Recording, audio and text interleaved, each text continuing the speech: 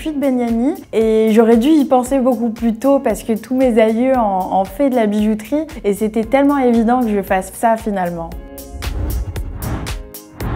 Moi, ma formation, c'est d'être photographe de plateau, photographe tout court d'ailleurs. J'ai été photographe de plateau de cinéma pendant un peu plus de 10 ans. Ça a été génial, ça a été une expérience merveilleuse et super enrichissante parce que j'ai pu voyager un peu partout. Ce qui m'a amenée à faire de la bijouterie, ça a été vraiment que je me suis un peu ennuyée dans le domaine du cinéma. J'avais l'impression de patauger, de pas trop évoluer. C'était pas forcément facile, mais c'était en même temps super évident parce que je suis de Beniani et j'aurais dû y penser beaucoup plus tôt parce que tous mes aïeux ont fait de la bijouterie et c'était tellement évident que je fasse ça finalement. Le nom de ma marque, c'est ma grand-mère, elle s'appelle Tassazis, mais tout le monde l'appelait Sassi.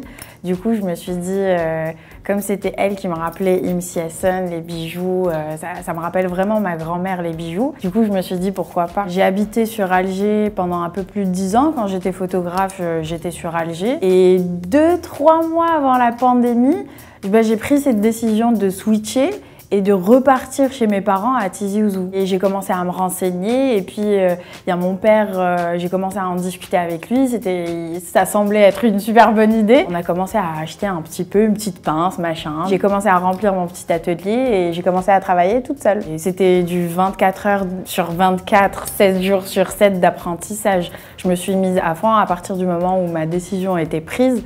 Je me suis dit bon, ça va être ça.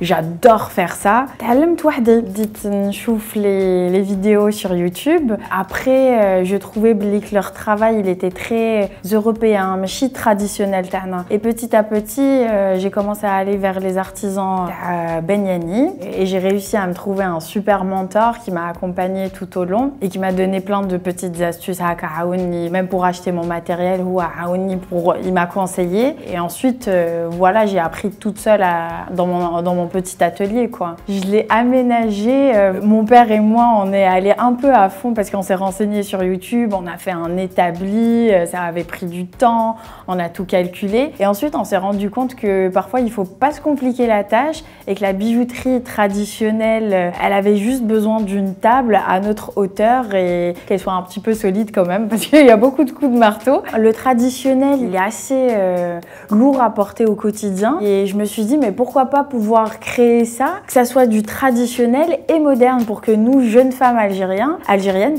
qu'on puisse le porter haka, diamond, même si on a envie d'aller à un mariage, on peut toujours porter la même pièce. Quand j'ai eu l'occasion de faire des expositions, il y avait beaucoup d'hommes qui venaient vers moi et qui me disaient ah mais vous nous oubliez toujours, nous les hommes, on est un peu mis de côté et j'ai commencé aussi à penser des petites collections comme ça pour hommes. Kikoun Alger, il y avait beaucoup de mouvements. Ça a été l'inverse Tizi Ouzou. On passe d'un mouvement constant à un calme olympien parce que dès qu'on rentre dans notre atelier, on a une superbe vue sur de la verdure, c'est génial. Tu peux te concentrer ou créer en même temps. Et ça, c'est génial.